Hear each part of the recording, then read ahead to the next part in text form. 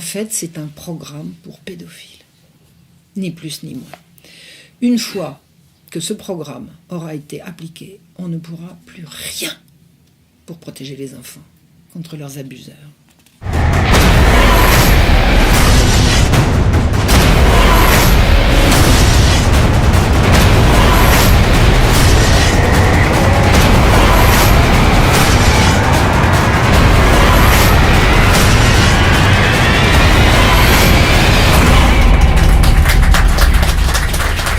Donc, j'ai intitulé enfin, c'est pas moi qui l'ai intitulé, hein, c'est pour répondre à la demande qui m'avait été faite. Cette conférence doit parler du plan mondialiste de destruction de l'enfance et de la famille. Voilà. Donc, c'est quelque chose que j'ai découvert il y a moins d'1 an. J'ai fait mes premières conférences sur ce qu'on appelle les droits sexuels. Il y a une petite année, c'était en Corse, avec mon amie Claire Sévrac. Nous avons passé des vacances, une semaine. C'était pas des vacances puisqu'on était partis faire des conférences, mais on s'est payé quelques tranches de rigolade comme je savais faire avec Claire et comme elle savait faire avec moi. Donc une petite pensée pour ma copine, voilà. Petite pensée pour notre chère Claire, voilà. Donc c'était il y a 1 an que j'ai découvert les droits sexuels. J'en ai parlé au moment de Chiré, du salon de Chiré, au mois de septembre, tout début septembre. Ensuite, j'ai fait une vidéo qui est partie, qui a fait vraiment des dizaines et des dizaines de milliers de vues. Et là, je viens vous parler de ce qui a fait l'objet d'un livre depuis, c'est-à-dire que depuis que j'ai découvert ça, je n'arrête pas. Et il y a péril en la demeure, il y a absolument urgence, c'est notre humanité qui est en jeu. Voilà.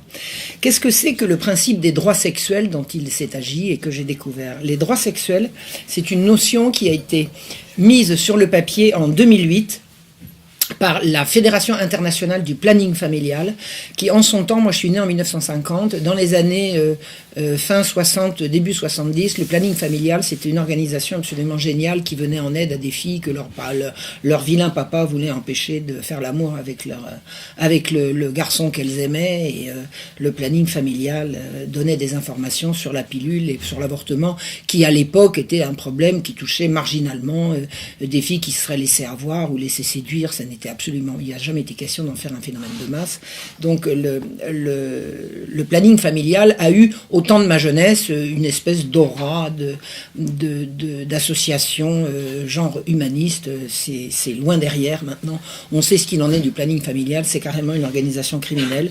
Et c'est la Fédération internationale du planning familial qui a pondu en 2008 cette charte des droits sexuels qui est largement et amplement relayée par l'ONU. C'est-à-dire que les textes dont je viens vous parler aujourd'hui sont des textes qui sont propagés avec toute la force et la puissance de conviction que peuvent avoir les grandes agences de l'ONU, donc à l'égard de la planète entière. Il y a un plan général, mondial, de faire passer ce qu'on appelle les droits sexuels. Qu'est-ce que c'est qu'un droit sexuel? Eh bien, figurez-vous que vous pouvez retourner le problème dans tous les sens. Il n'y a pas de définition plus exact concernant les droits sexuels que de dire qu'il s'agit d'instaurer un droit de jouir, tout simplement, le droit de jouir. Le droit de jouir sans restriction, ou alors on va trouver quelques restrictions, et par exemple des restrictions concernant les enfants. Il est dit dans cette charte des droits sexuels que quand il s'agira des enfants, à qui sont donc octroyés dans le principe et dans l'absolu des droits sexuels, les seules restrictions qu'on va trouver dans cette charte concernant les enfants sera de dire que pour les enfants, il s'agira de tenir compte de leur capacité évolutive. Voilà une belle phrase qui ne veut rigoureusement rien dire. À part que on fera attention à l'âge des enfants pour octroyer certains droits plutôt que d'autres, mais à partir du moment où on ne dit pas lequel, et à partir du moment où on admet qu'il s'agit d'enfants, la définition de l'enfance étant précisément la période de la vie humaine qui précède la sexualisation, il est bien entendu évident qu'on a compris ce qui est en train de se passer. On est en train de sexualiser les enfants. C'est un vieux rêve pédophile. C'est une horreur. Il est dit, alors une fois que je vous ai expliqué que les enfants sont par définition inclus dans cette charte des droits sexuels avec des limites qui ne sont définies nulle part, il faut savoir que la chose la plus ahurissante qu'on découvre dans cette charte des droits sexuels, je ne vais pas vous l'expliquer en entier ici, parce que là ça prendrait des heures, je vais survoler quelques-unes des grandes déclarations touchant aux droits sexuels, mais je ne vais pas vous faire une explication de texte des droits sexuels de l'IPPF, c'est-à-dire du planning familial. Trouvez-les sur internet, vous ouvrez les guillemets, droits sexuels, sexuelle, vous allez tomber là-dessus, c'est en toutes les langues, c'est largement expliqué. Allez vous promener là-dedans, je n'en ferai pas l'explication de texte complète aujourd'hui. Mais ce que je vais vous dire quand même, c'est ce que j'ai trouvé de plus ahurissant, qui se trouve dans les tout premiers paragraphes. Il est dit « Il faut préserver le droit de connaître et de jouir d'une sexualité indépendante de la reproduction et d'une reproduction indépendante de la sexualité. » De quoi parlons-nous ici? D'abord, à quel titre et au nom de quoi va-t-on séparer la sexualité de la reproduction? Savez-vous ce que c'est que la sexualité? C'est ce qui relève de la reproduction et pas d'autre chose. On est homme et femme, mâle et femelle pour perpétuer la vie et pas pour autre chose. Donc séparer la sexualité de la reproduction, c'est séparer la sexualité de sa fonction première et ultime. La sexualité est là pour que deux individus en donnent un troisième. C'est la perpétuation de la vie. Et la sexualité n'a pas d'autre fonction. Et en plus, à quel titre va-t-on faire un droit de séparer la sexualité de la reproduction? Vous imaginez ce que ça implique, un droit? Un droit, ça veut dire des lois. Et des lois, ça veut dire des gens pour les surveiller. Vous imaginez qu'est-ce qu'il y a de plus intime que notre vie sexuelle? On va mettre un flic derrière chaque chambre à coucher. On a appelé ça, en son temps, la police des braguettes. Mais on y est. On y est. Et en plus de ça, je me suis attardé un petit peu sur la sexualité indépendante de la reproduction. Mais la reproduction indépendante de la sexualité, c'est quoi? Ce sont des bébés éprouvettes. C'est une reproduction hors sol. C'est-à-dire que si ce projet délirant arrive à son terme, et s'il est généralisé, il n'y aura plus de père et de mère. Donc il n'y aura plus d'enfants. Il n'y aura plus d'enfance, il n'y aura plus de famille. Sur quoi d'autre que sur la famille, notre civilisation, les civilisations du monde, mais en tout cas parlons de la nôtre, sont-elles fondées? Je ne sais pas, certains d'entre vous se souviennent certainement de ce qu'était Jacques Chancel en son temps. Il avait une émission qui passait tous les soirs, ça s'appelait Radioscopie. Ça a commencé en 1968 et ça s'est arrêté tard dans les années 80, je crois. Et il recevait, alors tout le monde écoutait Radioscopie, parce que c'était à 5 heures, entre 5 et 6, ceux qui étaient dans la voiture écoutaient Radioscopie. Moi, quand je sortais de la fac, j'arrivais à la maison, je branchais la radio, j'écoutais Radioscopie, puis j'étudiais après. Je veux dire, on ne loupait jamais Radioscopie. J'ai loupé celui-là, celui de décembre 1975, c'était un certain Gilbert Torgman. Gilbert Torgman, il était sexologue. Et Jacques Chancel, en présentant Gilbert Torgman, en décembre 1975, pour le présenter, lui dit « Vous prétendez, vous, docteur, que cette harmonie dépend, alors l'harmonie dans le couple, dépend en grande partie de la sexualité qui est fonction de plaisir de la naissance à la vieillesse. » C'est-à-dire que, en paraphrasant ce que dit un sexologue, il fait de la sexualité quelque chose qui a rapport avec le plaisir. Mais la fonction de la sexualité n'est pas le plaisir. Le plaisir est associé à la sexualité, on l'a tous compris. Mais en quoi est-ce que le plaisir, la sexualité a une fonction de plaisir? Pas du tout. Et de la naissance à la vieillesse. Ça veut dire que le sexologue Gilbert Torgman prétend que l'être humain peut avoir une activité sexuelle, je ne vous explique pas ce que ça implique, de la naissance à la vieillesse, de la naissance. Un nourrisson va avoir une vie sexuelle, donc il va avoir des droits sexuels. Vous imaginez ce que ça implique? Alors, la fonction de la sexualité, on est d'accord, c'est la reproduction de l'espèce et la perpétuation de la vie. Est-ce qu'il y a une contestation là-dessus?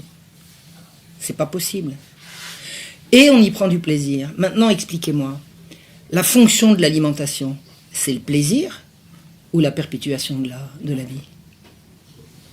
Imaginez qu'on sépare le plaisir qu'on prend à manger de la fonction alimentaire qui consiste à se nourrir. C'est aussi aberrant. C'est aussi aberrant.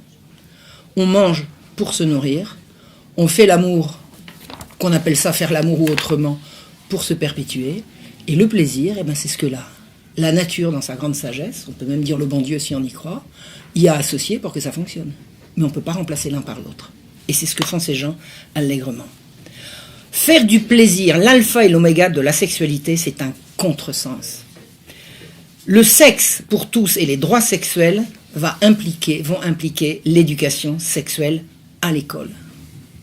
Ces gens-là, pour pouvoir faire valoir les droits sexuels de la naissance à la vieillesse, vont commencer l'éducation sexuelle à l'école. Et de mon temps, on parlait d'éducation sexuelle. Maintenant, on va parler d'éducation à la sexualité. C'est-à-dire que les premières intrusions de la sexualité à l'école ont consisté à parler de l'appareil reproductif. Donc on parlait bien de la perpétuation de la vie et de la reproduction. À partir de maintenant, on va faire l'éducation à la sexualité, conçue dans l'idée que la sexualité sert à jouir. Eh bien, bravo. Suivez bien, vous qui êtes parents, suivez bien ce qu'on va faire à vos gosses à l'école. Et on présente ça comme une affaire de santé.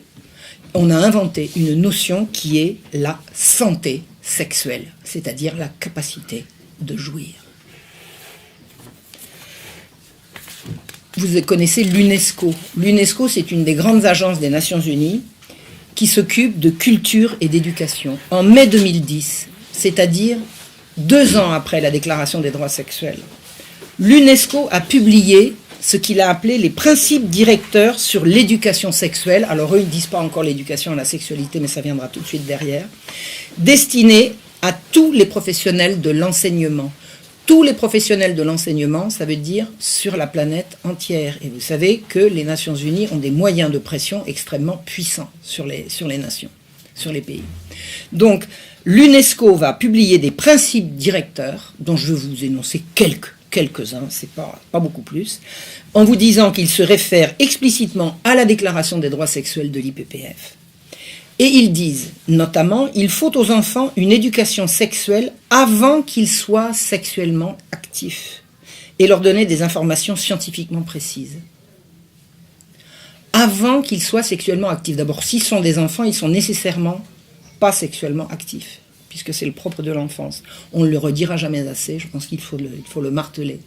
Mais à quel titre faut-il aux enfants une éducation sexuelle avant quel titre faut-il à l'humain une éducation sexuelle avant qu'il soit sexuellement actif? Et surtout, que signifie leur donner des informations scientifiquement précises? Qu'est-ce que c'est que la science de la jouissance? Vous connaissez ça, vous? Eux, ils prétendent connaître.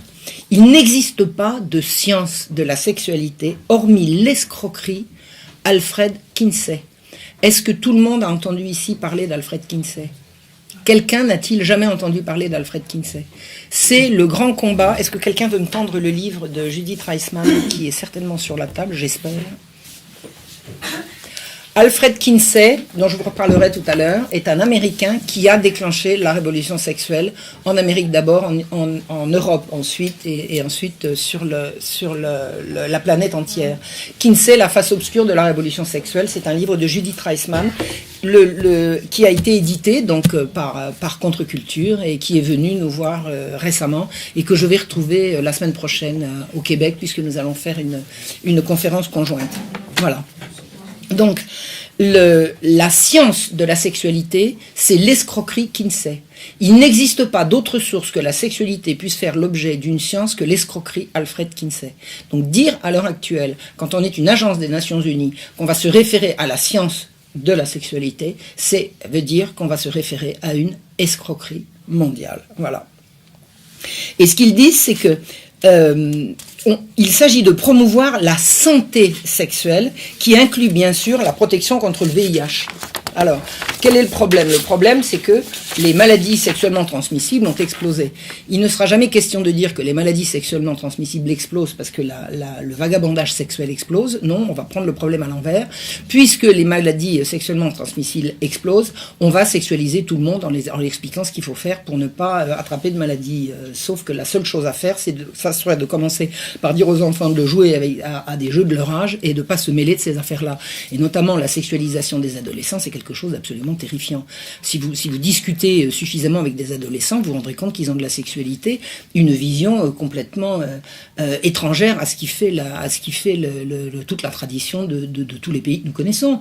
La sexualité, c'est pas un loisir, ben ça l'est devenu. C'est un loisir. C'est avec qui t'as couché ce week-end, celui-là j'ai essayé, je te le passe, etc. Je veux dire, c'est devenu complètement délirant. Et ça n'était pas le cas avant la révolution sexuelle, ça n'était pas le cas avant Kinsey. Donc si si on veut éviter la propagation des maladies sexuellement transmissibles, on pourrait commencer par parler fidélité, par parler continence et surtout par dire aux enfants de jouer à des jeux de leur âge. En tout cas, les enfants, bien sûr, et les adolescents également. Parce que c'est très très facile de pousser un jeune qui commence à sentir les affres du réveil décent, de leur dire allez-y, allez-y, vous avez le droit. C'est pas le rôle d'un éducateur de pousser des jeunes à suivre leurs instincts. Leur rôle serait plutôt de leur dire, reconnaître les instincts en question et les maîtriser. Je dis bien maîtriser, pas autre chose. Quelques idées maîtresses à sortir de ces principes directeurs qu'on va inculquer. L'individu, disent-ils, a le droit de prendre ses décisions. L'individu a le droit de prendre ses propres décisions. C'est-à-dire qu'on va inculquer à des enfants qu'ils ont le droit de prendre leurs propres décisions. Est-ce que vous vous rendez compte de ce que ça implique ? Un enfant est là pour obéir à ses parents, pas pour prendre ses propres décisions. En quel honneur va-t-on inculquer ça à des enfants, surtout quand on parle de sexe ? Parce qu'il dit, il n'est pas dit l'individu a le droit de prendre ses propres décisions en matière sexuelle. On généralise. C'est-à-dire qu'on va inculquer à des enfants qu'ils ont des droits que leurs parents n'ont pas le droit, n'auront pas la possibilité de leur refuser. Or, le principe d'une éducation, excusez-moi, mais c'est rigoureusement l'inverse. L'enfant est sous la dépendance, sous l'autorité de ses parents, à qui ils doivent obéissance, quelle que soit la forme que prenne cette obéissance, et ça, c'est fonction effectivement des cultures. Mais dans le principe, le père et la mère sont responsables, ce sont eux qui ont l'autorité, et l'enfant est soumis à leurs décisions, pas à ses propres décisions. Et il est dit également, les parents et les autres membres de la famille guident et orientent les enfants dans leurs décisions. C'est-à-dire que les parents ne sont pas oubliés dans cette nouvelle façon d'aborder les choses, mais les parents sont là à titre de conseillers. C'est-à-dire que d'emblée, dans ce document de l'UNESCO, l'autorité parentale est supprimée. Les parents ne sont pas des décideurs, ils sont des conseillers. Et ils sont des conseillers au même titre que d'autres membres de la famille. Ah oui ? Le tonton ? Le cousin ? Qui d'autre ? Si c'est plus le père et la mère, ce sera qui ? Il est dit également, des adultes de confiance peuvent être des sources d'aide et de soutien. Des adultes de confiance, qui ne sont pas le père, donc. Mais attendez, quelle garantie a-t-on qu'un adulte de confiance ne soit pas précisément un suborneur ? Si un jeune se présente devant un juge avec d'un côté papa qui dit « je t'interdis de fréquenter ce vieux cochon » et de l'autre côté le vieux cochon qui dit « mais écoutez, moi je suis désolé, il est venu me demander de l'aide » Vous imaginez un père contre un suborneur avec un mineur au milieu et un juge qui va dire « mais le mineur a le droit de décider ». Mais vous voyez ce qui se dessine ? Et ça, ce sont des textes rédigés à l'UNESCO. Et ça sera l'enfant qui choisira, puisqu'il est dit qu'il a le droit de prendre ses propres décisions. C'est-à-dire qu'on est en train de graver dans le marbre qu'un père ne pourra plus protéger ses enfants contre des suborneurs. Entre 5 et 8 ans, on aborde avec l'enfant ce qu'est un abus sexuel. C'est important à 5 ans. À 5 ans, vous avez un petit pitchoun de 5 ans, là, le petit mignon, là, dans 5 ans, on va lui expliquer ce que c'est qu'un abus sexuel. Vous imaginez ? Et on va lui expliquer, tenez-vous bien, je cite, qu'il existe des pratiques positives et des pratiques néfastes. Des pratiques positives ? C'est quoi des pratiques positives ? Écoutez bien, un abus sexuel est un attouchement incorrect ou une relation sexuelle non désirée. Mais alors, si l'attouchement est correct et que la relation sexuelle est désirée, il n'y a pas d'abus, c'est ça ? J'invente pas là, hein ? C'est dans les textes. Ça veut dire qu'il y a des attouchements corrects, des relations sexuelles désirées et non imposées, et on parle à des enfants de 5 ans. On introduit ici que si l'enfant est d'accord, il n'y aura pas d'abus. Alors là, qu'il soit clair. Toute relation sexuelle avec un mineur est un abus, quel que soit l'état d'esprit du mineur en question, d'accord ? On n'a pas accouché avec un gosse sous prétexte qu'on prétendra qu'il a dit qu'il était d'accord, quand bien même il serait d'accord, ce que tout nous permet de douter, qu'il soit d'accord ou pas, c'est un crime. Point. Et là, l'UNESCO est en train de nous dire le contraire. Écoutez bien, toute personne, sans considération de son état de santé, de sa religion, de son origine, de sa race, de sa situation matrimoniale, peut élever un enfant et lui donner l'amour auquel il a droit. Qu'est-ce que ça veut dire ? Peut élever un enfant lequel le sien ou celui d'un autre ? qu'est-ce qu'on est en train de nous dire là? On est en train d'ouvrir un droit à l'adoption, et le droit à l'adoption n'est rien de plus qu'un droit sur les enfants des autres, les vôtres, mesdames et messieurs. Il y a des gens qui vont avoir le droit d'élever votre enfant, puisqu'il n'est pas dit que chaque personne a le droit d'élever son enfant. Ça, il n'y a pas besoin de l'écrire. Vous faites des enfants, vous les élevez, oui ou non, on n'a pas besoin de droit sexuel pour ça. Et écoutez bien la suite, c'est terrifiant. Il existe des personnes qui ne sont pas capables de s'occuper d'un enfant. C'est-à-dire qu'on commence par dire que tout le monde a le droit d'éduquer un enfant sans spécifier qu'il s'agit du sien, et à côté, on prétend qu'il y a des personnes qui ne sont pas capables d'élever un enfant, en l'occurrence éventuellement le leur. On est en train d'organiser un transfert d'enfants, de familles dont on décrétera qu'ils ne sont pas capables de les élever, en direction de personnes qui pourront prétendre qu'elles ont bien le droit de les élever. Vous allez pouvoir protéger vos enfants avec des lois comme ça? Les lois ne sont pas écrites, mais ça sont les principes directeurs desquels les lois sont issues. Alors je vais vous expliquer ce que j'en sais, moi, concernant les personnes qui ne peuvent pas, prétendument, s'occuper d'un enfant. En Angleterre, on arrache les enfants pauvres des bras de leur mère à titre préventif, au nom de la Charte des droits de l'enfant, le Children Act de 1989. Il a été dit que certains enfants vont être nécessairement maltraités parce qu'ils arrivent dans des familles qui sont tellement problématiques que de toute façon ces enfants seront malheureux. Donc, on fait des statistiques du nombre d'enfants qui seront malheureux et on dit qu'à titre préventif, dans les familles malheureuses, le gosse est à peine sorti du ventre de sa mère qu'on le lui enlève. Il y a quelqu'un? Oui.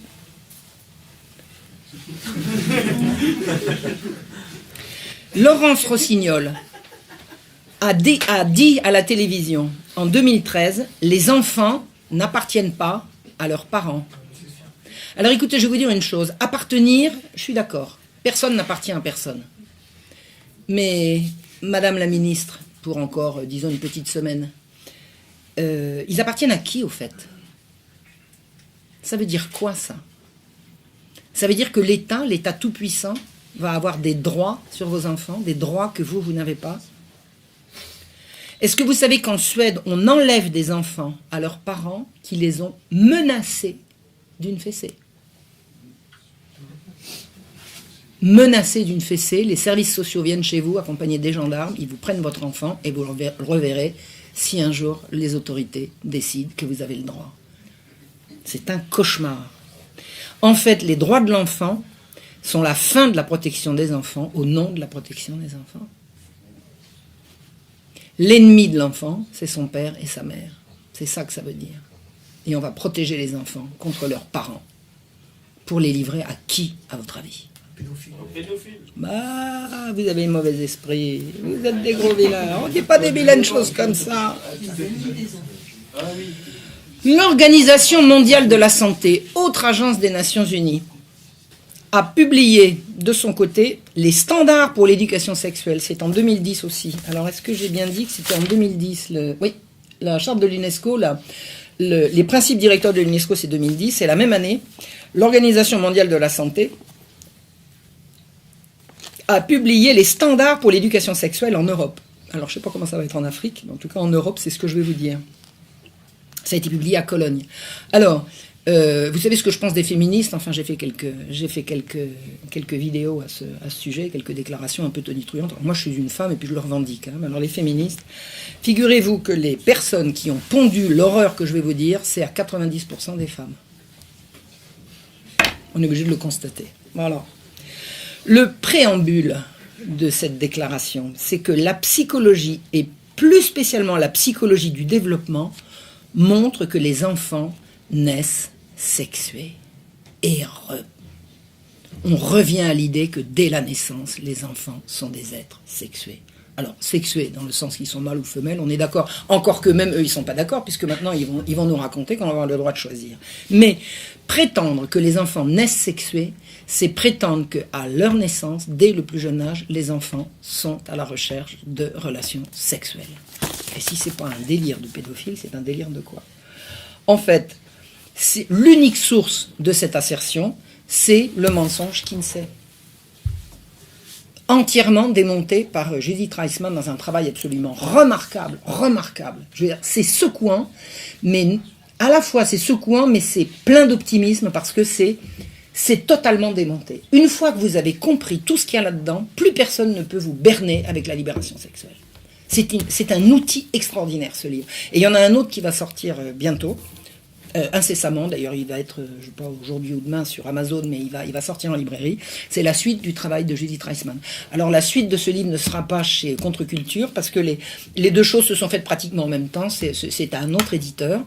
Et c'est absolument à la fois perturbant à lire, mais ça vous renforce. C'est pas quelque chose qui va vous désespérer, c'est l'inverse. Parce que ça vous donne véritablement toutes les clés pour comprendre le monde dans lequel nous vivons.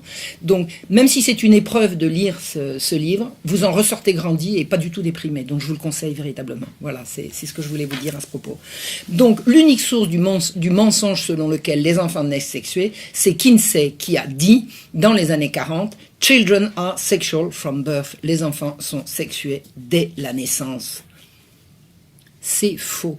Judith Reisman a expliqué que ce que les travaux prétendument scientifiques que Kinsey a fait pour assurer que les enfants avaient des orgasmes ont consisté à violer, maltraiter, tripoter, torturer des dizaines et des dizaines d'enfants dont les hurlements, les évanouissements et les convulsions étaient traités d'orgasmes.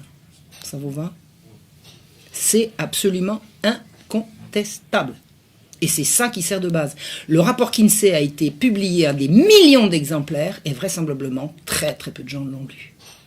Parce que Judith Reisman m'a raconté, quand j'ai ouvert la page, que j'ai vu ce tableau, je l'ai relu 20 fois, il n'y avait rien d'autre à comprendre que ce que je viens de vous dire. Ça veut dire que tous les gens qui ont fait la promotion de Kinsey ne l'ont pas lu. Ou alors ce sont des pervers. À un degré qui est guère concevable. Il ne faut pas l'exclure forcément, mais il n'est pas nécessaire que ce soit la seule raison. La raison, c'est que les gens répètent comme des perroquets ce qu'ils ont envie d'entendre et que personne ne va vérifier. Je pense que c'est beaucoup plus certainement ça. Donc, ils prétendent à l'OMS donc, que l'éducation sexuelle commence dès la naissance. Vous faites comment pour éduquer un bébé à la naissance? Dites-moi. En quelle langue? Si c'est pas avec la parole, c'est forcément avec les mains. Vous savez ce que ça implique? Vous imaginez ce que ça implique? L'éducation sexuelle d'un bébé? L'éducation sexuelle doit être basée sur des informations précises et scientifiquement étayées. La sexologie n'est pas une science. La sexologie n'est pas une science. C'est Kinsey qui l'a fait croire. Et Kinsey était financé par la fondation Rockefeller. Ça vous dit quelque chose, Rockefeller? Bien. L'objectif de l'éducation sexuelle, disent-ils, c'est de favoriser le respect de la diversité sexuelle. C'est ça. On va éduquer les enfants à respecter la diversité sexuelle, c'est-à-dire... Bon, vous permettez que je sois un petit peu grossière? Bien sûr. Bon, c'est pas par plaisir, par tous les trous. La diversité, c'est quoi d'autre? Excusez-moi, mais... Et les différences entre les sexes, il faut expliquer aux enfants la différence entre les sexes, ainsi que la prise de conscience de l'identité sexuelle et des rôles socialement associés au genre. Vous savez ce que c'est que le genre? La théorie du genre. C'est une théorie qui prétend qu'on ne naît pas homme ou femme, qu'on n'est pas, N''EST, un homme ou une femme en fonction de ce que la nature nous a fait, mais en fonction des pressions de l'entourage et de l'environnement. C'est-à-dire qu'on peut choisir quand on est un homme de devenir une femme et quand on est une femme de devenir un homme. C'est toute la théorie qui nous mène à ce délire de transsexualité. À l'heure actuelle, c'est absolument effroyable. On prétend partout qu'on a le droit de choisir si on préfère être un homme ou une femme. Personne n'a jamais changé de sexe. Personne au monde n'a jamais changé de sexe. Il y a des gens qui subissent des opérations chirurgicales extrêmement graves et hormonales pour changer leur apparence, mais personne n'a jamais changé de sexe. Le sexe nous est attribué à la naissance et même à la conception. À la conception. Donc, des documents de l'Organisation mondiale de la santé valident la théorie du genre. La théorie du genre est une théorie idéologique dont Najat Vallaud-Belkacem a prétendu que ça n'existait pas, alors que c'est enseigné partout et que c'est dans des documents de l'ONU. La théorie du genre n'est validée par aucune recherche scientifique sérieuse. scientifique tout court d'ailleurs, sérieuse et superfétatoire. Aucune recherche scientifique n'a jamais validé la théorie du genre, et là, l'Organisation mondiale de la santé nous explique qu'on va former les enfants à prendre conscience des rôles socialement attribués au genre. En français, le genre, c'est les mots et les adjectifs, les noms et les adjectifs. On ne dit pas un nom de sexe masculin ou féminin, mais de genre masculin ou féminin. Le sexe, c'est pour les humains, et le genre, c'est pour la grammaire. Et il n'y a pas de raison que ça change. Entre 4 et 6 ans, parce que là on parlait de nouveau-nés, là, hein, on parlait de 0 à 4 ans. Entre 4 et 6 ans, on va apprendre et renseigner l'enfant sur la reproduction humaine. À 4 ans, bah oui, c'est le moment, on est d'accord. Hein? Petit garçon de 4 ans qui rigole avec sa petite sœur, avec ses petits camarades, on va lui dire, viens ici que je te raconte la reproduction humaine. La consolidation de son identité sexuelle. À 4 ans. Et écoutez bien, alors là, accrochez-vous, la masturbation, le plaisir et la satisfaction à se toucher. On va apprendre à des enfants de 4 ans à se masturber. C'est ça qui est dit. Je répète. La masturbation, le plaisir et la satisfaction à se toucher. Les différentes conceptions de la famille. C'est quoi les différentes conceptions de la famille? Si c'est pas papa et maman. Éventuellement papa, maman avec les oncles et tantes, les grands-pères et les grands-mères, mais dans n'importe quel type de civilisation, la famille, c'est les géniteurs. C'est ceux qui s'occupent des enfants. C'est quoi d'autre? C'est quoi d'autre les différentes sortes de familles? Si ce n'est le prétendu mariage homosexuel. Qui, en 2010, n'était pas encore passé. Donc c'était bien ce qui se préparait. Les abus. Les abus. On va parler à des enfants de 4 à 6 ans des abus. Certaines personnes peuvent s'avérer violentes. Alors attendez, ça veut dire que les abus, c'est la violence. D'accord? Donc s'il n'y a pas de violence, il n'y a pas d'abus. Hein? Puisque les abus, c'est la violence. On introduit ici l'idée du consentement. S'il n'y a pas eu violence, il y a eu consentement. Donc un enfant entre 4 et 6 ans peut donner son consentement. Puisque la définition de l'abus va être la violence. Vous vous rendez compte de ce qui a marqué? La conscience de pouvoir choisir, mon corps m'appartient. Ah oui. Ah oui. Ça veut dire quoi? Ça veut dire que si mon corps m'appartient, j'ai le droit de dire non. Donc j'ai le droit de dire oui. Parce que si j'ai le droit de dire non, pas le droit de dire oui, c'est pas un droit à dire non. C'est-à-dire qu'on introduit ici, entre 4 et 6 ans, l'idée que les enfants puissent être consentants à ce qui ne sera pas un abus, puisqu'il y aura consentement. Le respect des différentes normes en matière de sexualité. À 5 ans, vous allez apprendre à un enfant le respect des différentes normes en matière de sexualité. C'est quoi les différentes normes? Maintenant, il y en a 2. Il y a l'homosexualité et l'hétérosexualité. La sexualité, c'est forcément hétérosexuel. L'homosexualité, ça existe, mais c'est pas de la sexualité. Parce que pour qu'il y ait sexe, il faut qu'il y ait mâle plus femelle. Donc il y a bien autre chose qui existe, mais c'est forcément pas sexuel, puisque le propre de la sexualité est d'être constitué de homme plus femme, mâle plus femelle. Donc on est en train de confondre allègrement quantité de notions pour transformer la sexualité en une de ses composantes, à savoir le plaisir, et faire du plaisir le maître mot, la recherche du plaisir, le maître mot de toute activité. Qu'est-ce qu'on trouve? Alors là, j'aborde le problème posé par la promotion de l'homosexualité. Le sexe au pays de Sodome, c'est quoi? Figurez-vous que des amis québécois, ceux qui m'ont invité, m'ont envoyé le programme tel qu'il est prévu au Québec. Il y a un programme d'éducation sexuelle, les parents sont vent debout pour essayer d'arrêter cette horreur.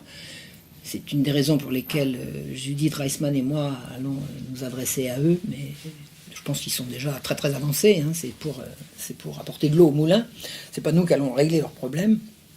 Mais ils m'ont envoyé, donc les parents sont complètement affolés, et ils m'ont envoyé des extraits du programme scolaire tel qu'il est prévu de le pratiquer au Québec. Alors pour les préscolaires, qu'est-ce qu'on va expliquer aux préscolaires? Vous imaginez ce que c'est que des préscolaires? C'est le jardin d'enfants. Hein, c'est le jardin d'enfants et la crèche. Nommer les gestes qui contribuent à accueillir le bébé dans sa nouvelle famille, famille mononucléaire, famille nucléaire, famille monoparentale, famille homoparentale, famille adoptive, famille reconstituée. Ça veut dire qu'on va expliquer aux enfants qu'une famille, ça peut être également une famille adoptive. On est en train, là, de généraliser le principe de l'adoption, c'est-à-dire, je répète, le principe du droit sur les enfants des autres. Et on va inculquer ça aux petits-enfants, pour les préscolaires. Toi, mon chéri, t'as une maman, eh bien, il y en a un autre, il n'a pas une maman, il a deux papas. Et ça va être la norme, puisque ça va être inculqué aux enfants dès l'école maternelle. Et que va-t-on faire pour accueillir le bébé? Alors, on va accueillir le bébé à la naissance ou à l'adoption. On met un signe égal entre l'arrivée d'un bébé acheté sur un marché de GPA et un bébé né après la grossesse de maman. À partir de 6-7 ans, accrochez-vous. Accrochez-vous. Alors ça, c'est le programme du Québec. Situer les organes sexuels des filles et des garçons et leurs fonctions. Intéressant. À 6-7 ans, on va dérouler des tableaux en couleur et on va demander aux enfants de nommer. Organes sexuels des filles. Les organes sexuels internes, les ovaires, l'utérus, les trompes de Fallope, le vagin, l'urètre. À 6 ans. Et les organes externes. La vulve, l'urètre, les seins et l'anus. L'anus, organe sexuel. Vous êtes au courant que l'anus est un organe sexuel? Organe sexuel des garçons, interne, les testicules, externe, pénis, scrotum, prépuce, anus. L'anus est transformé en organe sexuel. Vous connaissez un anus mâle, un anus femelle, vous? À quoi il joue, là? À quoi il joue, là? Qu'est-ce que c'est que ça? C'est de la promotion de la sodomie comme une pratique sexuelle, ce que ça n'est pas. Toute la perversité du texte est résumée là. On va promouvoir la sodomie comme faisant partie de la norme en matière de sexualité. Une sodomie n'est pas un rapport sexuel qui ne peut avoir lieu qu'en présence d'un sexe mâle et d'un sexe femelle.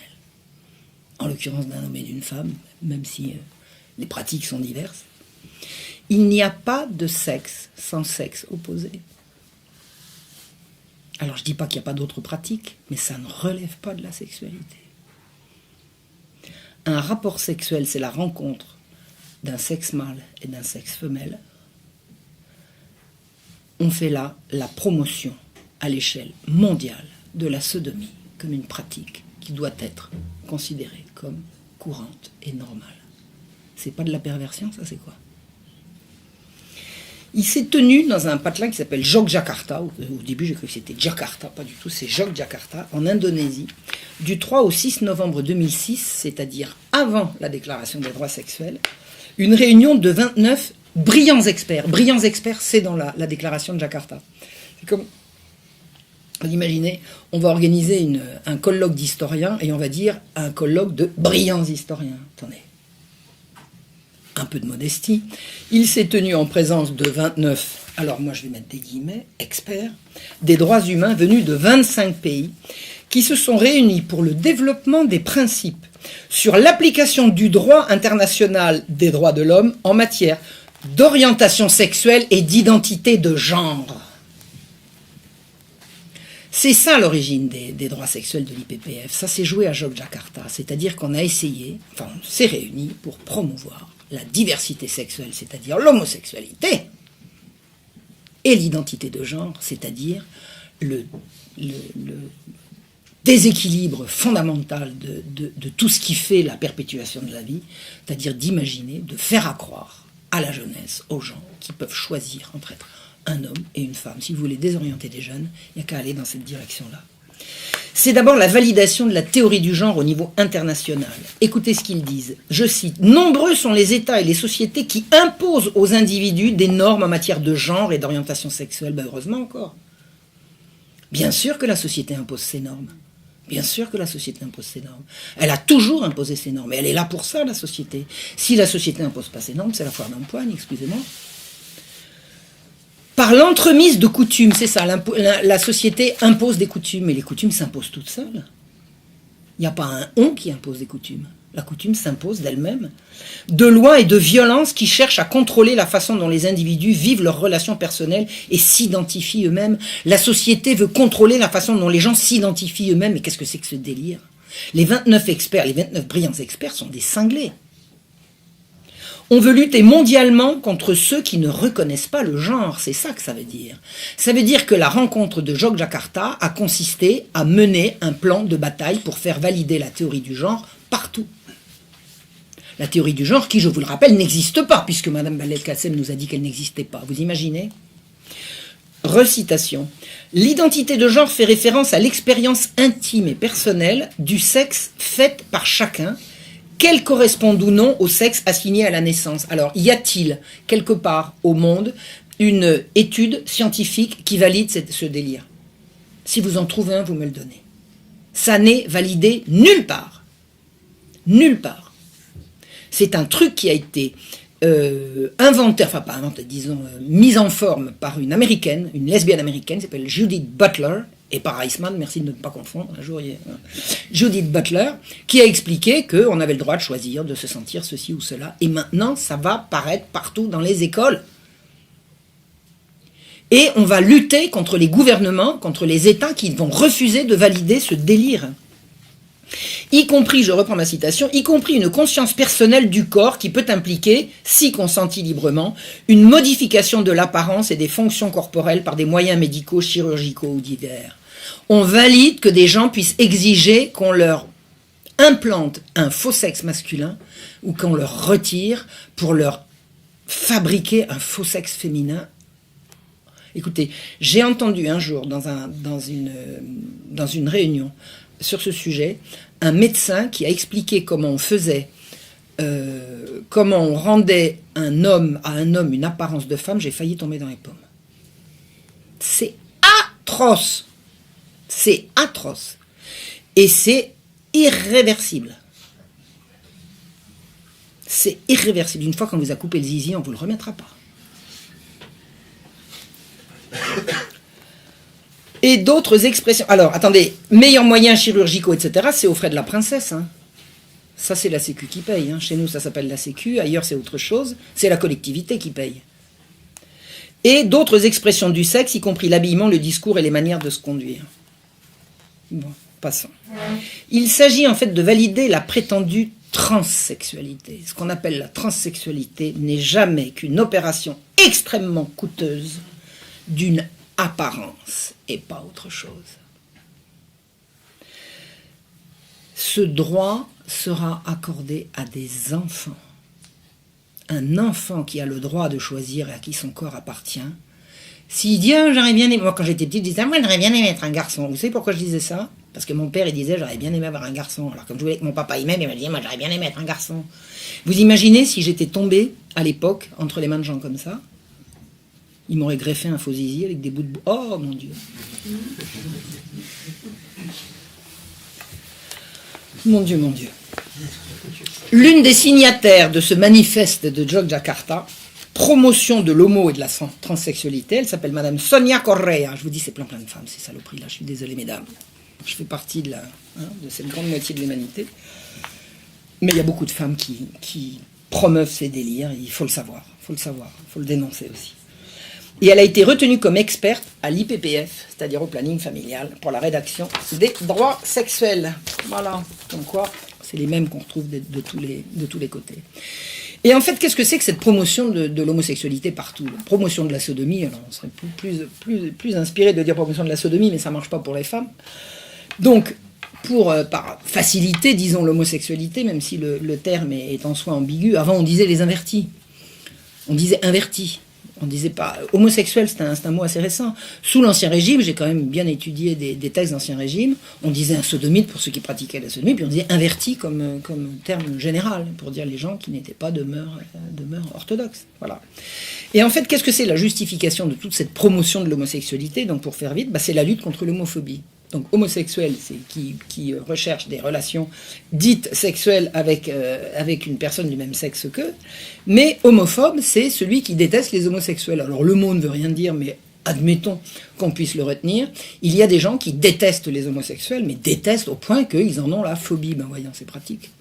Moi, quand j'aime pas quelque chose, j'en suis pas forcément phobique. Je veux dire, je prétends que j'aime mieux le chocolat au lait que le chocolat noir. Je suis pas phobique du chocolat noir, d'accord?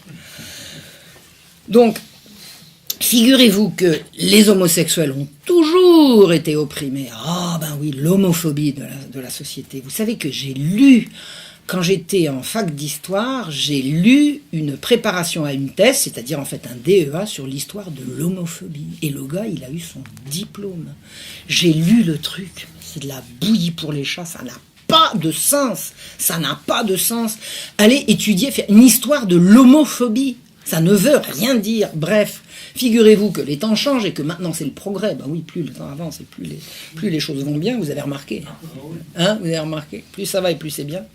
Figurez-vous le 18 octobre 2014, à Paris, Madame Anne Hidalgo, récemment élue maire de Paris, a inauguré une plaque à Paris sur laquelle il y a marqué le 4 janvier 1750, milieu du règne de Louis XV, rue Montorgueil, à Paris, entre la rue Saint-Sauveur et l'ancienne rue Beaurepaire, furent arrêtés Bruno Lenoir et Jean Diot, condamnés pour homosexualité. Ils furent brûlés en place de Grève le 6 juillet 1750.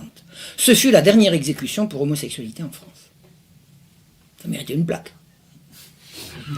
2 homosexuels brûlés pour leur homosexualité, ça méritait une plaque.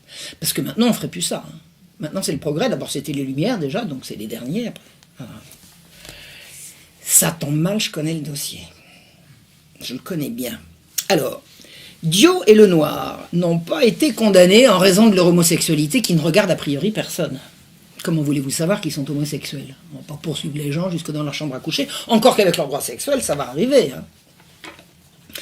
Ces messieurs ont été arrêtés, non pas parce qu'ils étaient homosexuels, mais parce qu'ils s'étaient sodomisés en pleine rue. Ça ne se faisait pas. C'était déjà, enfin, c'était encore interdit, parce que maintenant, c'est pour bientôt. Et ils auraient été condamnés de la même manière si, au lieu d'avoir été 2 homosexuels, ça avait été un homme et une femme qui, jusqu'à plus ample informé, auraient pu faire la même chose. Oui ou non? Et non seulement c'est non pas pour leur homosexualité, mais pour leur pratique dans un lieu public qu'ils ont été arrêtés, mais ils ont été exécutés dans le cadre de ce que j'ai appelé la marche rouge, c'est-à-dire des émeutes parisiennes, un soulèvement de parents à Paris qui a duré des semaines, mais avec un point d'orgue à la fin du mois de mai 1750, parce que la police enlevait des enfants sous prétexte que les enfants traînaient dans les rues et qui cassaient des lanternes, et les enfants disparaissaient. Et les parents se sont rués ils ont fait des chasses aux flics, ils se sont rués sur les enleveurs d'enfants jusqu'à ce que le pouvoir recule et rende les enfants. Ces 2 homosexuels qui avaient fait leur affaire rue Montorgueil, parfaitement dans la rue. Ces 2 homosexuels, s'il n'y avait pas eu cette révolte de parents concernant les enfants, on leur aurait fait les gros yeux, on les aurait mis à Bicêtre, on leur aurait mis au pain sec et à l'eau avec quelques séances de fouet, on les aurait relâchés en leur demandant de renseigner la police s'ils voulaient avoir la paix par la suite. Parce que c'est comme ça que ça se faisait. On ne brûlait pas les homosexuels sous l'Ancien Régime. Alors, je répète, on ne brûlait pas les homosexuels sous l'Ancien Régime. J'ai étudié plusieurs cas de gens qui ont été brûlés pour homosexualité, c'est ce qu'il y avait dans le jugement. On ne vous dit pas pour viol de mineurs, torture, enlèvement, corruption, trafic, etc., etc. C'est-à-dire que les cas d'homosexuels qui ont été condamnés et exécutés sous l'Ancien Régime, ça n'était pas à cause de leur homosexualité qu'ils l'ont été, mais de leurs actes criminels en direction notamment de mineurs. Notamment un certain Deschauffour. Alors, pourquoi est-ce qu'on dit qu'ils étaient condamnés pour homosexualité? Eh bien, c'est parce que, pour ne pas faire de publicité aux atrocités commises, on mettait dans le jugement qu'ils étaient condamnés pour sodomie. Ça faisait un terme générique. Donc les militants de la cause de mauvaise foi arrivent derrière en disant « Regardez, ils sont condamnés pour sodomie ». Il suffit d'ouvrir le dossier, ce que j'ai fait, pour voir que le fameux Deschauffour a enlevé des enfants, les a violés, les a prostitués, les a massacrés. Ça a été une horreur, une horreur. Donc il a été absolument à bon escient condamné et exécuté, et on ne l'a pas brûlé vif, alors que vous puissiez le répéter, les condamnés, c'est pas parce qu'on était condamné à être brûlé vif qu'on était brûlé vif. On était condamné à être brûlé vif et étranglé proprement 5 minutes avant. C'est comme ça que ça se faisait. Pour que l'exemple reste l'exemple. Mais Dio et Lenoir ont été condamnés et exécutés. Ils ont été exécutés morts. Hein, ils ont été brûlés morts et pas vifs. Donc la fausse exécution a eu lieu avant. Donc cette plaque est absolument mensongère. La mairie de Paris fait la promotion d'une espèce de nécessité de considérer que c'est le progrès, puisque maintenant on ne brûle plus les homosexuels. Eh bien, l'ancien régime ne brûlait pas non plus les homosexuels pour cause d'homosexualité, mais pour la raison que je vous dis. Alors, pourquoi je dis que c'est important de dire que c'était dans le cadre de la Marche Rouge, ce que j'ai appelé moi la Marche Rouge, c'est-à-dire la révolte des parents, c'est que les juges, quand ils ont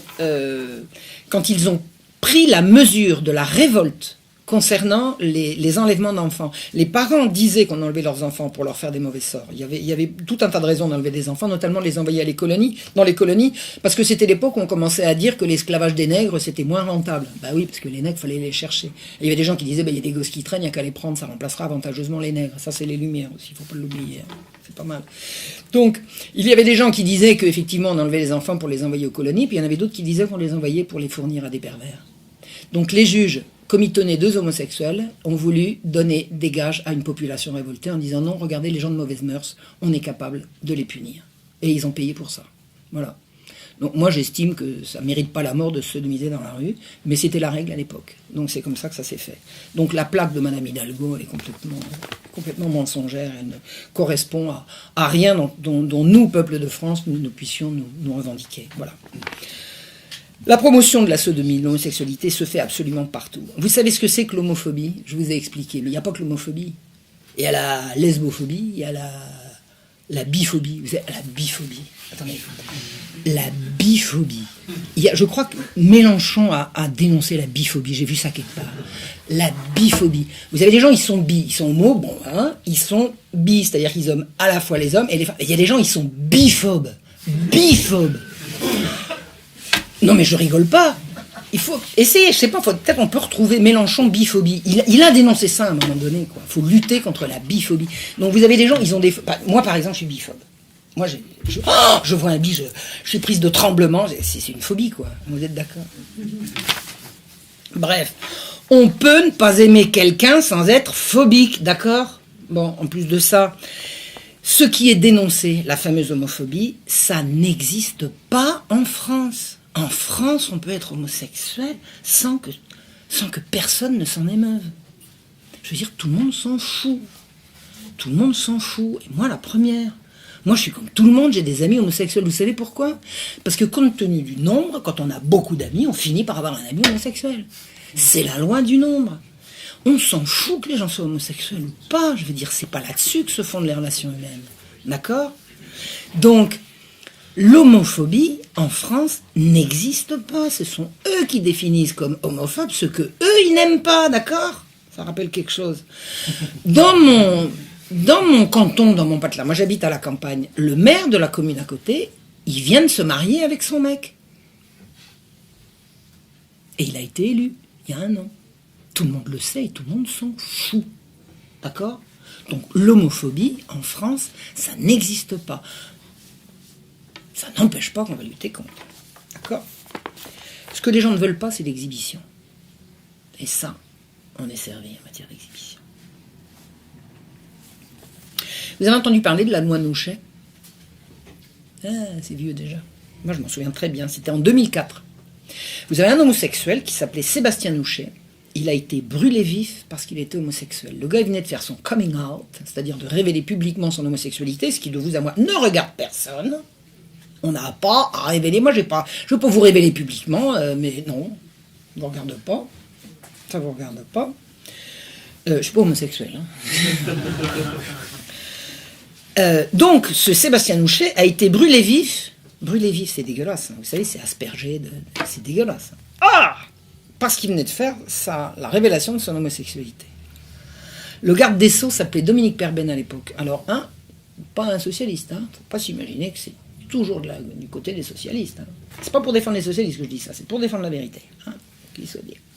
Dominique Perben, garde des Sceaux, a dit « J'ai été bouleversé par ce qui était arrivé à Sébastien-Nouchet. » Évidemment, monsieur le ministre reçoit le matin une photo d'un gars, la photo est immonde. Le gars, il dit « Vous savez, quelqu'un qui a été brûlé au visage, c'est affreux. » Et alors, il a été tellement bouleversé qu'il a présenté un projet de loi le 30 décembre 2004. Ça n'a pas traîné, hein, dans la même année.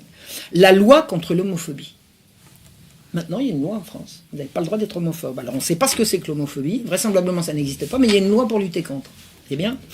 Si c'est une loi pour interdire qu'on brûle vif les gens, je crois que c'est pas la peine. Hein, on est d'accord qu'en France... Parce que si on n'a pas le droit de brûler les homosexuels, on a le droit de brûler qui? Bon, personne, donc c'était pas la peine. Mais, si, quand même. Écoutez, je cite Dominique Perben. Cette loi, c'est au fond, quelque part, la loi Nouchet. Pour faire prendre conscience à chacun qu'il est hors de question de s'en prendre comme ça à des minorités, quelles qu'elles soient. Merci, monsieur le ministre. Monsieur le ministre a fait une loi contre l'homophobie parce qu'il a été horrifié de ce qui est arrivé à Sébastien Nouchet. Alors, Sébastien Nouchet a été reçu, alors les parents ont été reçus au ministère, je ne sais pas si ça a été à l'Élysée, enfin, j'en sais rien, ça a été une grande affaire pour faire sortir la loi Nouchet qui est la loi contre l'homophobie. Alors, il y a juste un problème là-dedans, c'est que l'agression dont a été victime Sébastien Nouchet était sans doute pas une agression homophobe. C'est lui qui dit que c'était parce que c'était une agression homophobe. Hein? Alors on a arrêté quelqu'un qu'on a mis en prison pour homophobie, aggravé, machin, crime. Et non seulement l'agression de Sébastien Nouchet était sans doute pas homophobe, mais c'était sans doute pas une agression non plus. C'est-à-dire que le gars il se serait brûlé tout seul. En gros, l'agresseur homophobe a été blanchi. Les poursuites se sont arrêtées, donc il n'y a pas eu de crime, mais la loi est restée. Ah bah attendez, on en est une. Hein? Donc maintenant, l'homophobie est poursuivie en France, au criminel, grâce à un fait divers qui n'a pas eu lieu. Désormais, agresser un homosexuel est définitivement plus grave que d'agresser un hétéro. Pourquoi? Parce que, quand il s'agit de ces choses-là, la seule réponse à pourquoi, c'est parce que. Il n'y en a pas d'autre. Parce que ces gens-là, pour l'instant, sont les plus forts. Je ne sais pas combien de temps ça va durer. Vous savez ce que c'est que les agressions homophobes? On nous rebat les oreilles avec les agressions homophobes. Et là, je repense tout à l'heure au document dont je vais absolument vous parler tout à l'heure. Les agressions homophobes sont un mensonge. C'est pas seulement les agressions à coups d'essence et de machin sur Sébastien Nouchet. Les agressions homophobes, je n'ai pas trouvé et j'ai cherché de statistiques crédibles sur un taux inquiétant d'agression homophobe. C'est-à-dire si vous avez 5% d'homosexuels et que vous avez 5% des gens qui sont agressés qui sont homosexuels, ça rentre dans la statistique des agressions tout court. Donc les agressions homophobes, a priori, je ne connais pas. Mais ce qu'on vous explique surtout, c'est qu'il y a un taux de suicide des homosexuels qui est plus important que chez les hétéros. Alors, pas de statistiques crédibles non plus là-dessus. Et d'autre part, si les homosexuels se suicident plus que les autres, c'est peut-être qu'ils ont un problème. Alors là, c'est juste une question que je pose. Je n'ai pas la réponse. En quoi est-ce que les non-homosexuels seraient-ils responsables du taux de suicide des homosexuels? Il n'y a pas de réponse. Simplement parce que ça les arrange. Ça les arrange comme ça. On promeut la sodomie au titre d'une discrimination qui n'existe pas, que personne n'a jamais démontré, que personne n'a jamais prouvé, et qu'on vous ressort à toutes les sauces. Tout le système se ligue pour pousser les enfants à forniquer de toutes les manières possibles. L'éducation nationale, du temps de... Comment s'appelle-t-il le ministre de... Payon. Vincent Payon a promu, et j'ai vu la lettre, d'ailleurs j'avais lancé l'alerte, j'avais fait une vidéo qui est parue sur ER.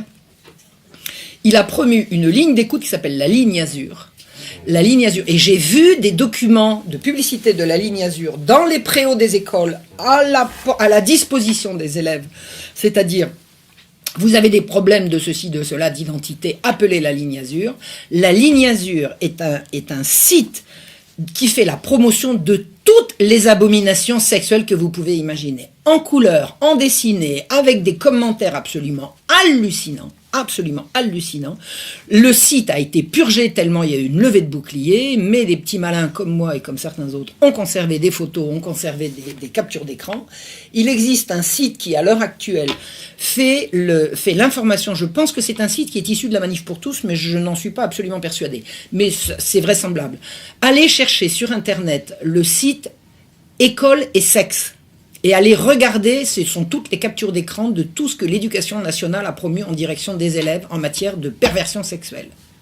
Avec les images, les liens, les titres, les statistiques, tous les liens y sont. Allez regarder ce qui se passe. C'est absolument hallucinant.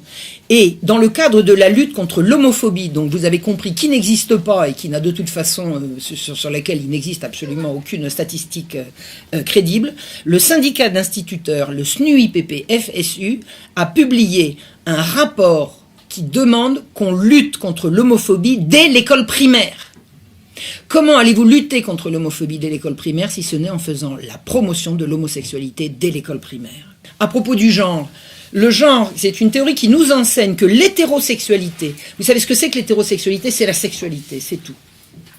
Donc il dit l'hétérosexualité, loin de découler du sexe biologique ou de l'identité sexuée, n'est pas la forme naturelle de la sexualité, mais sa forme dominante.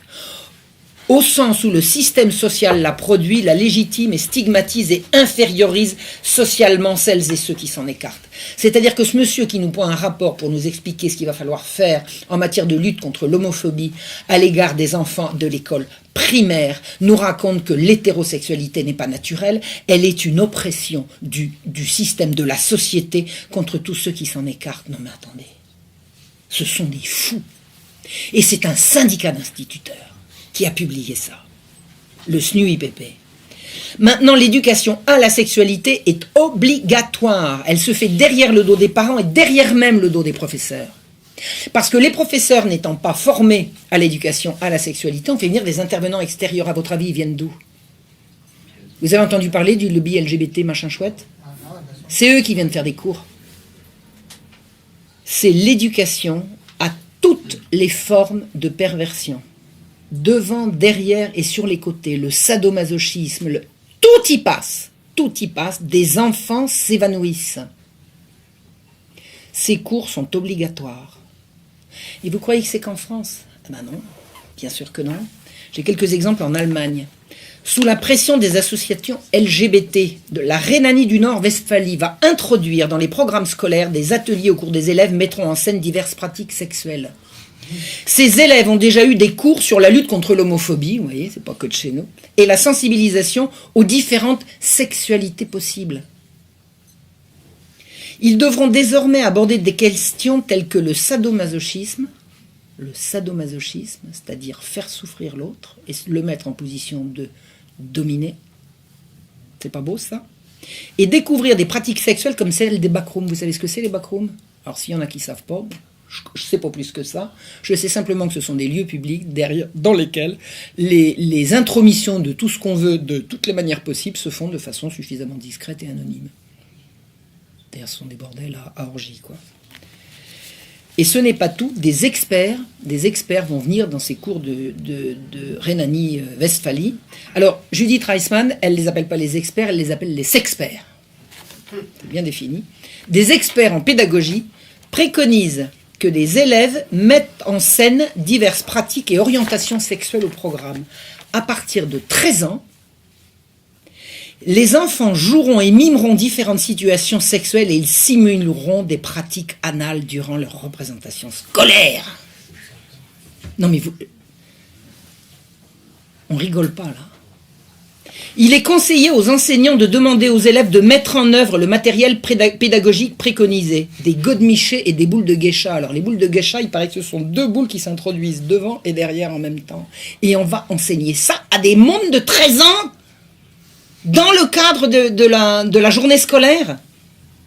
Le but est, selon les conseillers en pédagogie, de guider et aider les enfants à identifier leurs pratiques sexuelles préférées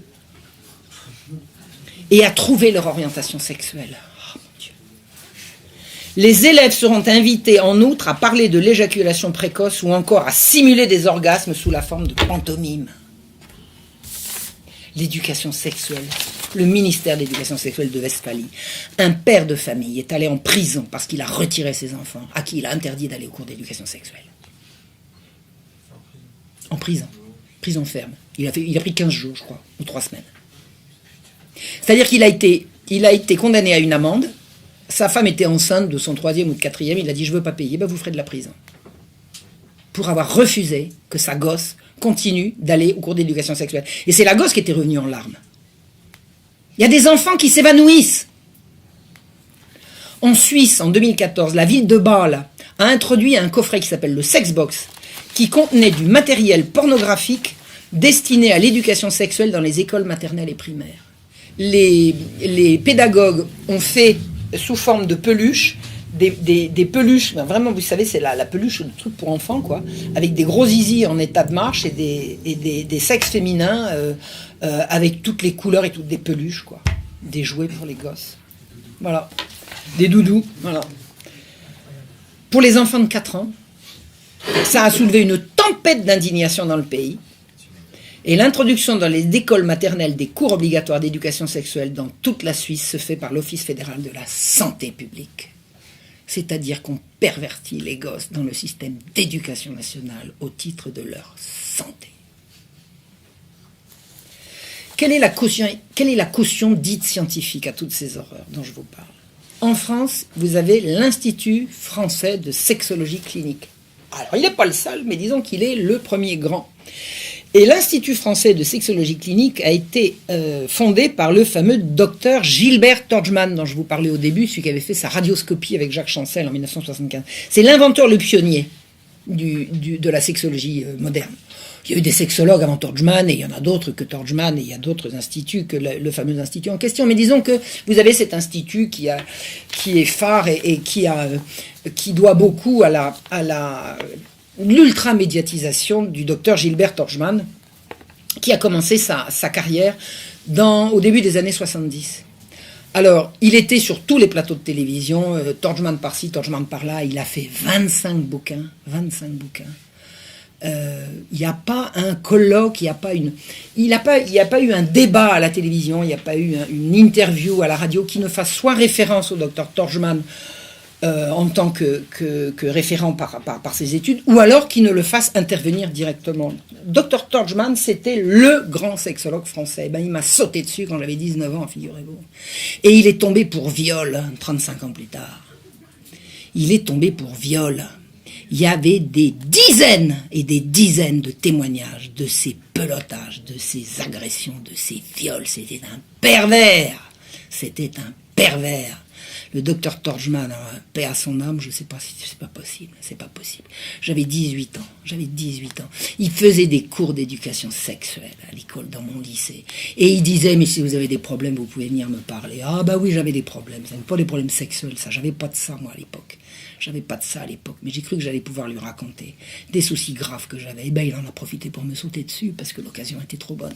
D'accord ? C'est lui le pape de la sexologie moderne française. Et c'est à lui que se réfèrent les actuels étudiants en sexologie qui forment les futurs intervenants dans les écoles de vos gosses. Ouh, j'en ai encore des palpitations. Alors, à l'origine, c'est pas le docteur Gilbert Torgmann qui a inventé ça. À l'origine, il y a Kinsey, le savant fou américain.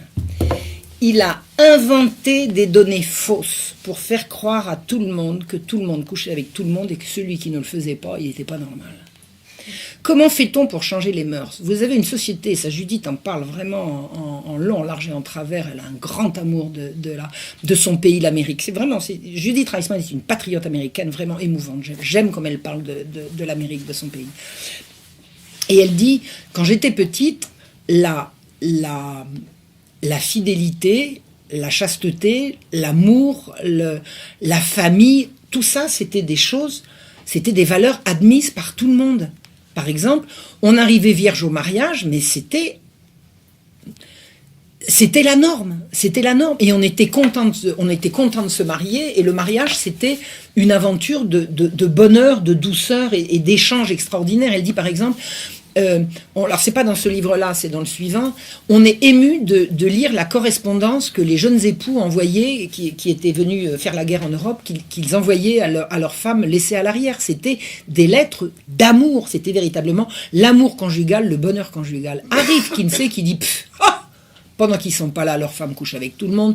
Eux, de toute façon, qu'est-ce qu'ils ont fait en Europe? Ils ont violé tout ce qu'ils pouvaient. Et on a commencé à distiller une espèce de propagande noire pour faire croire que les gens qui s'aimaient, en fait, étaient des menteurs, que tout le monde forniquait avec tout le monde. Et on a cassé, on a brisé la réputation de toute une génération. Et ce que Kinsey a fait, il est allé faire prétendument des statistiques sur la véritable vie sexuelle des Américains. Comment pouvait-il trouver suffisamment de gens pour répondre à ces questionnaires dans la mesure où les couples étaient éclatés par la guerre? Les hommes étaient en Europe. Les jeunes femmes les attendaient. Comment pouvait-il interroger les gens sur leur vie quotidienne? Eh bien, il est allé interviewer des prostituées. Il a considéré comme femme mariée toute prostituée qui avait un Mac. Et il a introduit les statistiques du nombre de clients qu'elles avaient par jour ou par semaine dans les normes de pratiques sexuelles. Et quand les hommes sont revenus de la guerre, qu'ils ont retrouvé leur famille et que le rapport Kinsey a été publié, qu'est-ce qu'on a appris? Qu'en fait tout le monde couchait avec tout le monde. Et que ces belles histoires de couples qui s'aimaient et qui s'étaient fidèles et qui désiraient se retrouver pour vivre leur amour dans la dignité, tout ça c'était des mensonges. Ils étaient tous cocus. De toute façon, les hommes couchent avec les hommes, c'est bien connu. Il a fait de la sodomie des statistiques absolument hallucinées. Lui-même était pédéraste. Enfin, il était pire que ça. Il était praticien de sadomasochisme, de torture, de trucs comme ça. C'était un type abominable. Kinsey, c'est une horreur.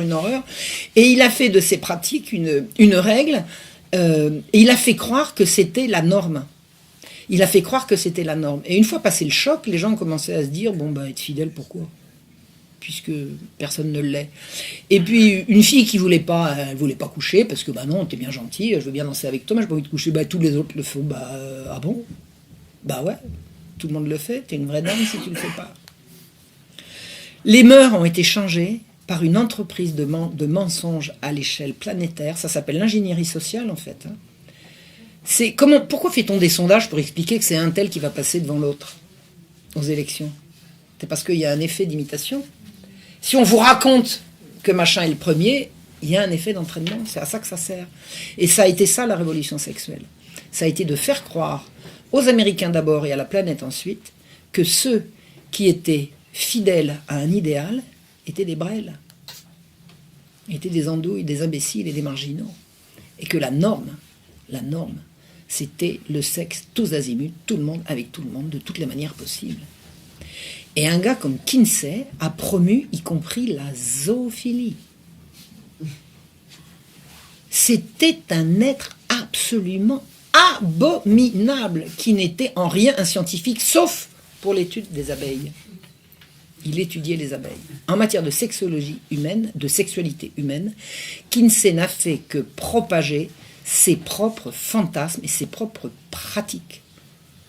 Son laboratoire à l'université de Bloomington, dans l'Indiana, était un bordel. C'était pas un bordel dans le sens de prostitution, c'était un centre d'orgie. Abominable. Il paraît que sa femme passait avec les serviettes et le désinfectant à l'issue des séances. Tout ce qui est sexuel est bien et doit être promu. C'est ça la philosophie de Kinsey, qui nous a pondu en 1948 la sexualité, la vie sexuelle des hommes, et en 1953 la vie sexuelle des femmes. C'est lui qui a inventé que les enfants sont sexuels dès la naissance. C'est un mensonge criminel. Il a prétendu que le besoin de tendresse d'un enfant, c'est-à-dire la recherche qu'a un petit enfant du sein de sa mère, j'en ai un là, ça c'est sexuel parce qu'il va en tirer du plaisir. Mais le plaisir n'est pas la sexualité. La sexualité n'est pas le plaisir. Bon sang. Et c'est lui qui a assuré que les hurlements, les évanouissements, les convulsions des malheureux petits-enfants qu'il a torturés, dont certains avaient 2 mois, c'était des orgasmes. Le programme de Kinsey, c'est un faux scientifique et un vrai pervers, a été financé par l'Institut Rockefeller et qui a lancé une subversion mondiale de l'enfance et de la famille. C'est la destruction de toute morale, c'est la destruction de toute protection de l'enfance, c'est la destruction de l'autorité paternelle, puis de l'autorité parentale. On a d'abord tué le père, maintenant on tue les parents. L'interdiction de la fessée en fait partie. Au titre qu'on a le droit de jouir. On a le droit de jouir. Mais qu'est-ce que le droit vient faire dans la jouissance ? En quoi le droit va-t-il se mêler de la jouissance ? Et en fait, c'est un programme pour pédophiles. Ni plus ni moins. Une fois que ce programme aura été appliqué, on ne pourra plus rien pour protéger les enfants contre leurs abuseurs. Je voudrais vous rappeler un petit article. 222-32 du Code pénal. Ça, c'est la loi en France aujourd'hui. L'exhibition sexuelle imposée à la vue d'autrui dans un lieu accessible au regard du public est punie d'1 an d'emprisonnement et de 15 000 € d'amende. Faut le savoir. Et l'article 227-22 du Code pénal punit de 5 ans de prison et de 75 000 € d'amende le fait de favoriser ou de tenter de favoriser la corruption d'un mineur. C'est-à-dire que tout ce que je vous raconte se fait dans un pays qui a encore des lois. Il suffirait peut-être de demander qu'on les applique. Qu'est-ce que la corruption de mineurs ? C'est lorsqu'un individu s'efforce de profiter de la jeunesse et de l'inexpérience de sa victime pour l'initier à un vice et s'efforcer de l'en rendre esclave. Plus précisément, le droit pénal français punit le fait pour un majeur de faire participer ou assister à une réunion comportant des exhibitions ou des relations sexuelles un mineur de 18 ans, même consentant. On pourrait faire mettre en prison tous ces propagateurs du vice à l'école. Cette incrimination reprend celle de l'article 334.2 de l'ancien code pénal, qui punissait également de prison et d'amende quiconque aura habituellement attenté aux mœurs en excitant à la débauche ou en favorisant la corruption des mineurs de 18 ans ou même occasionnellement à des mineurs de 16 ans. Mais il n'y a plus qu'à déposer des plaintes maintenant. Qu'est-ce que vous en dites ? C'est fini.